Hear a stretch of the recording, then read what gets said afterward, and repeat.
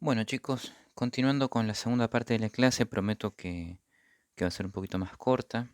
Eh, Repasando lo que vimos anteriormente, conceptualmente, nunca se olviden que hay tres fases o tres elementos que conforman la esquizofrenia, que es una fase prodrómica, una fase positiva o brote psicótico y una fase negativa o residual donde están los síntomas negativos. ¿Está bien?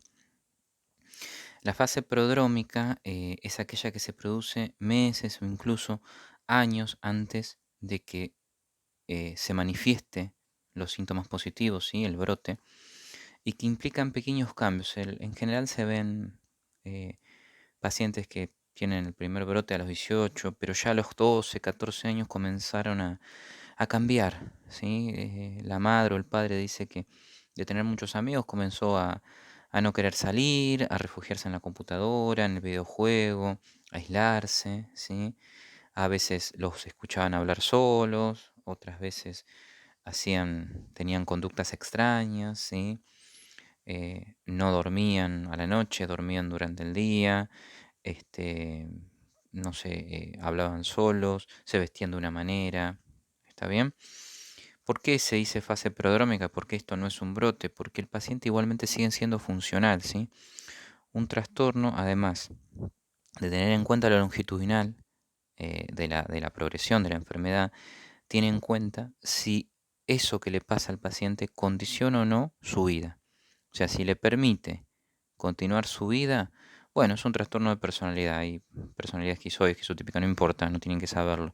Pero es un trastorno de personalidad, es una persona particular, ¿sí? Pero que puede trabajar, que puede ir al colegio, van a ser vistos, sí, como extraños, pero no llega a hacer un corte con la realidad tan marcado como un brote psicótico y no se aísla y no deja de ser funcional e independiente. ¿Me explico? Esta es la fase prodrómica. Muchas veces, y esto se los agrego yo, los pacientes atraviesan todas estas fases, se llega a la consulta con el psiquiatra, se entabla una buena relación y además sostienen el tratamiento, pero a veces el tratamiento tiene momentos mejores y momentos peores. Y siempre estén atentos, si a alguno le interesa la especialidad, se los comento como chisme. Si un paciente toma la medicación, la familia dice que toma la medicación, pero la familia misma te dice, mire, doctor, empezó a estar raro. Empezó como cuando antes de tener su primer brote.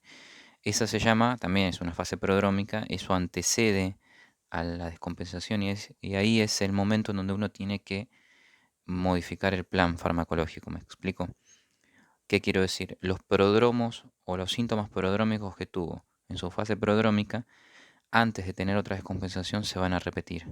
Pero bueno, eso como chisme, ¿sí? Lo que necesito que ustedes sepan que hay una fase prodrómica, una fase positiva o brote psicótico y una fase negativa o fase residual. Que la fase prodrómica empieza meses o incluso años antes del primer brote, donde hay cambios en la personalidad y donde se va a ver que hay fundamentalmente aislamiento del paciente sumado a pensamientos extraños, comportamientos extraños, pero que no configuran de ninguna manera algo como para que nosotros digamos que el paciente deja de ser funcional, ¿sí? Deja de poder desarrollar una vida más o menos habitual. ¿Me explico? Seguimos con la fase psicótica, que ya sabemos que presentan síntomas positivos, los cuales son alucinaciones, que pueden ser auditivas, visuales, táctiles o senestésicas, ¿sí? Las senestopáticas, las alucinaciones senestopáticas implican el movimiento de órganos internos, ¿sí? Movimiento o sentir que le están haciendo algo en su cuerpo, por así decirlo. Lo más particular, lo más característico en la esquizofrenia son las alucinaciones auditivas, las cuales pueden ser simples o pueden ser complejas. Sí, simples son ruidos, complejas son voces, voces que describen lo que el paciente hace, voces peyorativas que constantemente insultan al paciente, voces de comando que le dicen que tiene que hacer tal cosa o voces que dialogan entre ellas. ¿Está bien? Alucinaciones visuales que no son tan comunes y obligan a descartar alguna cuestión de tipo clínica. ¿Me explico? Sobre todo lo que sería epilepsia. ¿Está bien? Em, en cuanto a las senestopáticas, sí, también son posibles.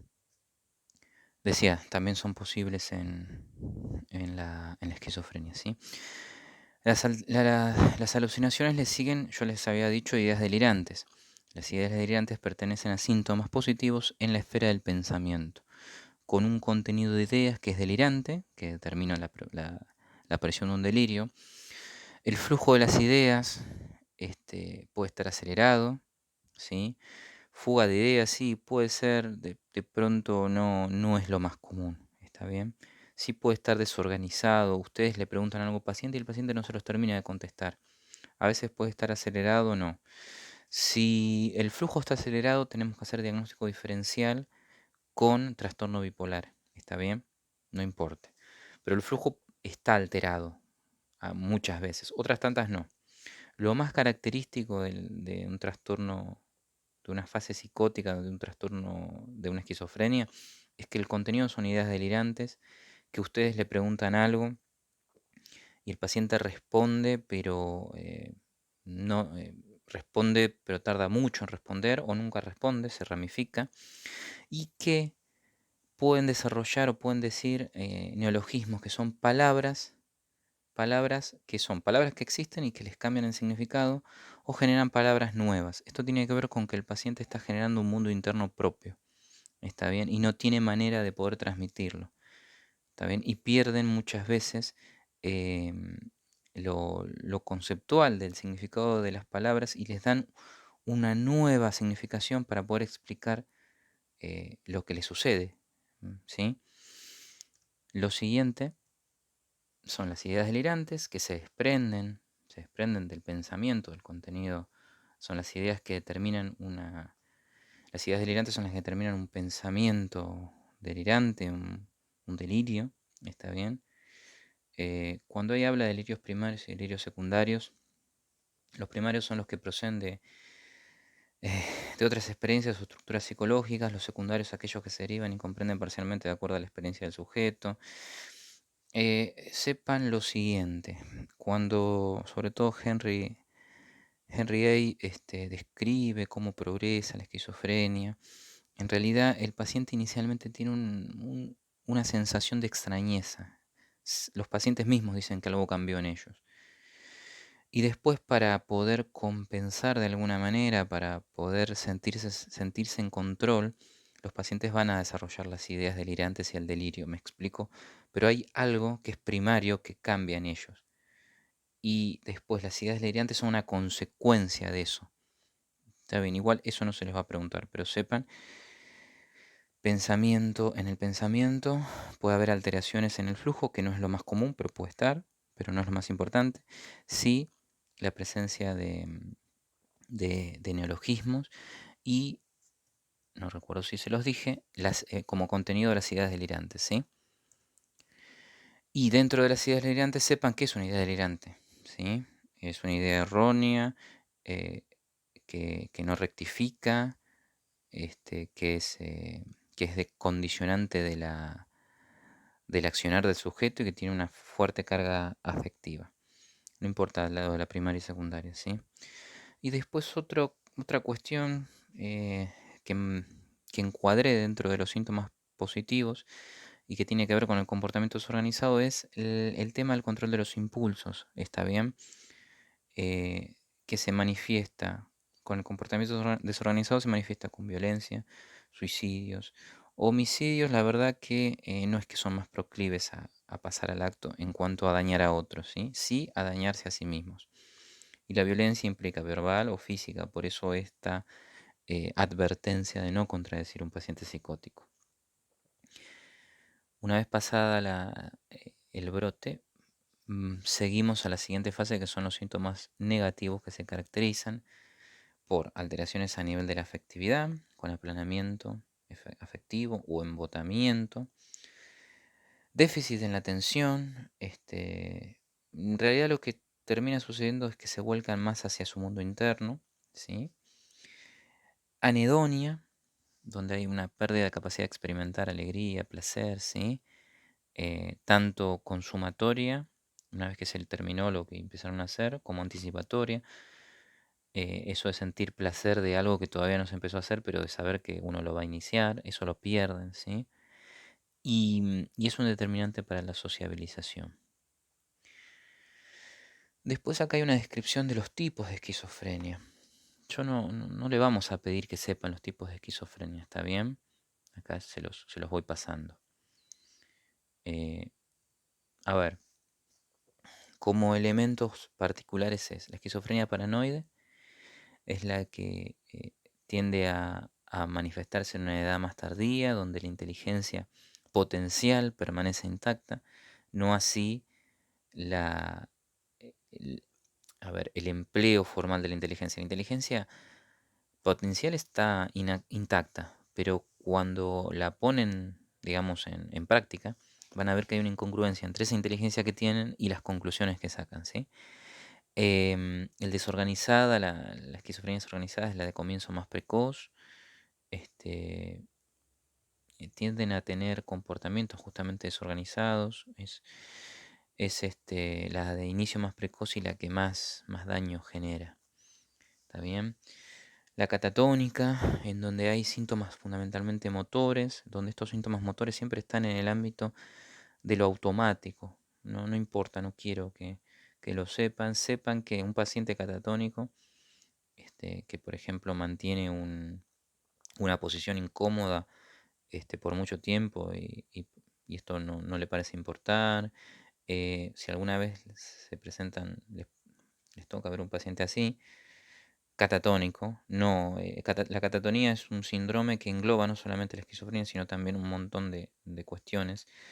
Lo catatónico se caracteriza por una flexibilidad seria, ¿sí? Donde el paciente, se habla de flexibilidad seria porque parece como si fuera de cera.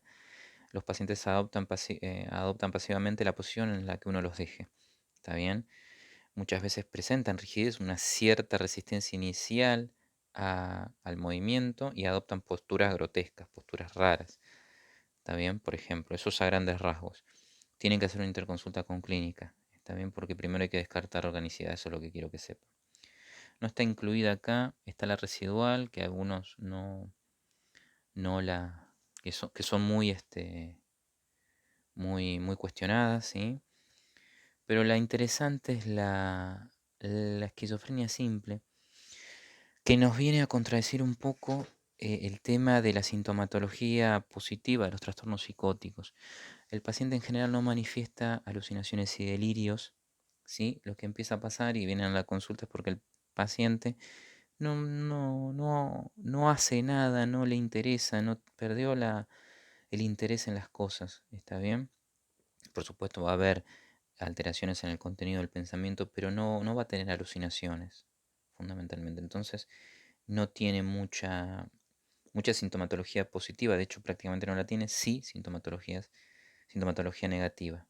eh, Apatía, bulia, anedonia, sociabilidad. ¿Está bien? Eso como lo particular. Para hacer un pequeño resumen, la esquizofrenia, como puse ahí bien en rojo, es un diagnóstico fenomenológico, o sea, es un diagnóstico basado en la clínica, en la observación, en la descripción del paciente y también en los antecedentes, en esto que hablábamos de lo longitudinal. Eh, Ven que están afectados todos los componentes del examen mental. Yo no les voy a, o por lo menos no es mi intención, después eh, se pondrá claro sobre oscuro bien en dónde vamos a hacer hincapié, pero yo por lo pronto me interesa que sepan las partes, la fase prodrómica, la positiva, o brote y la negativa. Dentro de la negativa, qué implica, qué síntomas se ven. Y algunas cosas que sí me gusta que sepan de este cuadrito es que la función global nunca alcanza el nivel esperado del paciente, siempre hay una incongruencia entre la inteligencia potencial y finalmente a dónde llega, el contenido del pensamiento que tiene ideas delirantes, pobreza en el contenido, ideas de referencia implican que él se siente perseguido, siente que todo el mundo habla de él. ¿Está bien? La percepción está distorsionada, esto tiene que ver con los síntomas positivos. El afecto está anómalo, muchas veces afecto plano, embotado, o afectividad inadecuada, reírse, por ejemplo, ante la muerte de alguien, llorar ante algo que podría ser causante de alegría. Está alterada la voluntad, no hay motivación o no hay impulso. para realizar actos voluntarios, que interpersonalmente no se puede relacionar con los otros, digamos, no le interesa relacionarse con los otros, no es que le importa, comienza a aislarse, a volcarse en su mundo interno. Desde lo psicomotor puede haber agitación, retraimiento, gesticulaciones raras, ¿sí? Que son repetitivas, que bueno, se llaman iteraciones, no importa, posturas grotescas, eso va más hacia lo catatónico. Eso no, esto último no importa, yo quiero que sepan los conceptos, que está afectada la conducta, lo interpersonal, la voluntad, el afecto, la percepción de las cosas, el contenido del pensamiento, chicos, y la función del paciente global que no alcanza la potencialidad que muchas veces inicialmente se pensaba que tenía cuando era joven. Siempre, desde el paciente que empezó con su primer brote, si siguió teniendo brotes, van a ver que el deterioro es manifiesto. Bueno, la cognición está alterada. Esto no lo tiene en cuenta el DSM, pero sí es muy importante. Procesan anómalamente la información. A veces no prestan atención a lo demás, al afuera. Tienen problemas en la memoria de trabajo, con interpretaciones o con ordenamientos anómalos, ¿sí? Sepan que eso existe. Y acá están los criterios del DSM. De vuelta, criterio A, criterio B. Bueno, el criterio A, al menos 2 o más de los siguientes síntomas, que son ideas delirantes, alucinaciones, lenguaje desorganizado, comportamiento catatónico gravemente desorganizado, algo les expliqué, no hago hincapié en eso, síntomas negativos. O sea, observan el ítem 1 y el ítem 2 y el ítem 3, síntomas positivos, y el ítem 5, síntomas negativos. ¿Está bien? Eso es para la esquizofrenia. Para lo que es psicótico, el ítem 1, el ítem 2 y el ítem 3. Para ya empezar en esquizofrenia, el ítem 1, 2, 3 y 5. ¿Está bien? El 4, sepan que existe, pero no quiero ahondar en eso. ¿Está bien? Y esto genera lo que siempre ponemos de manifiesto en todos los trastornos, que muchas de las áreas de su vida social y laboral están afectadas, entonces ya no pueden volver a lo que era antes. Eh, a- o sea, dejan de poder desempeñarse como se desempeñaban antes de esta patología a nivel social y laboral. Y acá hay un ítem importante, pero que es meramente un convencionalismo, que es que los signos tienen que ser continuos y presentarse al menos durante 6 meses. Al menos un mes tiene que ser de síntomas positivos, o menos si es que se trató con éxito, o sea, se le dieron antipsicóticos. Y después tenemos que incluir los síntomas positivos, la fase residual y la prodrómica, y eso tiene que durar al menos 6 meses para decir que es una esquizofrenia, ¿sí? Esto es en el DCM, en el CIE-10 no es tan restrictivo, no importa, ¿sí? Y descartar otras cuestiones que sea un trastorno esquizoafectivo, del estado del ánimo. No quiero ahondar en eso porque no es algo que yo quiero, que tiene sentido que sepan, tienen que llevarse los conceptos, chicos. Los diagnósticos diferenciales, ahí los tienen. Un trastorno psicótico puede ser inducido por sustancias. Hay epilepsias que tienen, especialmente la lóbulo temporal, tienen alucinaciones, ¿sí? Las neoplasias, una ACV, muchas veces los pacientes presentan síntomas psicóticos luego de una ACV. Bueno, por una neoplasia, por ejemplo, una criptococosis o algún elemento de masa ocupante generado por una toxoplasmosis, por ejemplo, generado por el HIV, por el SIDA, por la fase más complicada del HIV, que es el SIDA. Déficit de vitamina B12, esto se ve mucho en los pacientes que son etilistas crónicos. Intoxicación por metales pesados, acuérdense del plomo, acuérdense del plomo que antes estaba en las naftas, estaba en las naftas y generaba alucinaciones y delirios. Los pacientes inicialmente hasta podían llegar a suicidarse por estas alucinaciones. La neurosífilis, enfermedad de Wilson, que es una enfermedad donde hay acumulación del cobre, y el lupus eritematoso sistémico, ¿sí? No dejen de pensar si el paciente, o la paciente en este caso, es más común, tiene el eritema en mariposa, si no recuerdo mal, ustedes se van a acordar más. Eritema malar creo que se le decía, alteraciones a nivel del hemograma, dolores en las pequeñas articulaciones, disminución en la función renal, bueno, también pueden pensar en un lupus, ¿sí? O en una enfermedad autoinmune. Trastorno esquizofreniforme, que en realidad es que tiene los mismos síntomas pero duran menos de 6 meses. Un trastorno psicótico breve es que dura hasta un mes, no dura más de un mes. Trastorno del estado del ánimo, bueno, trastorno bipolar, el episodio maníaco, episodios depresivos mayores en trastorno bipolar 1 pueden tener síntomas psicóticos, ¿sí? Trastornos depresivos mayores con síntomas psicóticos. Esos son los fundamentales, ¿está bien? Y trastorno delirante, que a diferencia de una esquizofrenia, los delirios son sistematizados, o sea, ustedes pueden creerle al paciente, puede ser posible que le pase lo que les cuenta. Muchas veces uno les cree, mientras que los delirios en la esquizofrenia tienden a ser más grotescos, menos organizados, ¿sí? ¿Me explico? Bueno, y acá vamos a desarrollar un poquito algunos ejemplos, ¿sí? Algunos ejemplos de trastornos psicóticos. Yo acá siempre los Simpson para todas las etapas de nuestras vidas siempre hay algo relacionado. Un segundito, ¿eh? Ahí estoy por poner los videos. Oh, no. Me bajo los pantalones por comida. ¿Has ganado algún Fíjense, dinero? No. Es una referente a conductas desorganizadas. La mula ya no es lo que era, ya no es lo que era, ya no es lo que era. Por ejemplo, ¿sí? Habría que ver si el señor hacía eso por alguna cuestión en particular, que obedecía su pensamiento, ¿sí? Pero eso es una conducta desorganizada, una conducta bizarra. ¿Es lisa? Observen este segundo ejemplo. Me alegra que llegaran. Va a actuar muy extraño. ¿Peligroso o a los Simpson? Ya lo verán. Tiene que hacerse. Tengo que terminar. Fíjense. Conductas desorganizadas, manifestadas por una idea de qué tipo. Idea delirante.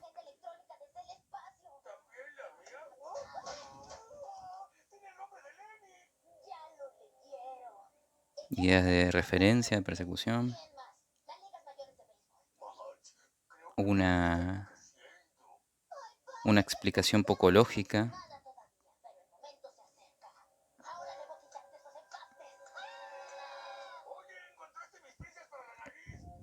Son geniales los Simpsons. Fíjense. Idea delirante, idea irreductible, errónea irreductible. A ver, los que vemos los Simpsons sabemos que finalmente había un satélite de las ligas mayores, pero como concepto, que era algo poco verosímil, ¿sí? Entonces, una idea irreductible, condicionante de la conducta y errónea, fíjense cómo lleva a conductas desorganizadas, cómo esto es poco probable, ¿sí? Y cómo hay una incongruencia entre la inteligencia de Bart para pensar eso y finalmente la conclusión que él tomó como realidad esto que él dice que pasa, ¿sí? Fíjense esto. Le llamo Cumbancha Volante y llevará 200 pasajeros del aeropuerto de Nueva York al Congo belga en 17 Está alterado el juicio de realidad, por supuesto, ¿no? Modelo. No, aquí no. Smithers, no quiero a ese lunático impredecible en mi casino. Lo transferimos a la planta nuclear, señor. Oh, mi amada planta, cómo la extraño. Va, al diablo con esto. Mi rasuradora, prepare mi baño. Y quíteme esas cajas de pañuelos faciales. Sí, señor. ¿Y los frascos de orina? No, quédese con esos. Vamos a la planta. Iremos en la cumbancha. Suba. Señor. Dije suba. Importancia, chicos, de no contradecir a un psicótico, ¿sí? Bueno, finalmente esto no lo tienen que saber, el tratamiento, esto no importa, ¿sí? Pero se los dejo por si alguno tiene curiosidad, le interesa, ¿está bien? Esta clase se basó en esta bibliografía. Faltaría agregar acá algunos gráficos que tienen que ver con psicofarmacología esencial de Stahl, ¿sí? Los de síntomas negativos, los observables y los que se pueden cuestionar. Se pueden indagar a través de un cuestionario, perdón. Y el fenotipo de la esquizofrenia. Así que bueno, chicos, muchísimas gracias. Gracias por la paciencia. Les pido disculpas de pronto por lo precario, capaz que puede verse en la clase. Hacemos lo que podemos para adaptarnos a estas, a estos tiempos excepcionales, ¿sí? Bueno, cualquier duda tienen en nuestro grupo de Facebook para aclararlo, ¿sí? Bueno, cualquier cosita a su disposición. Hasta luego, estudien.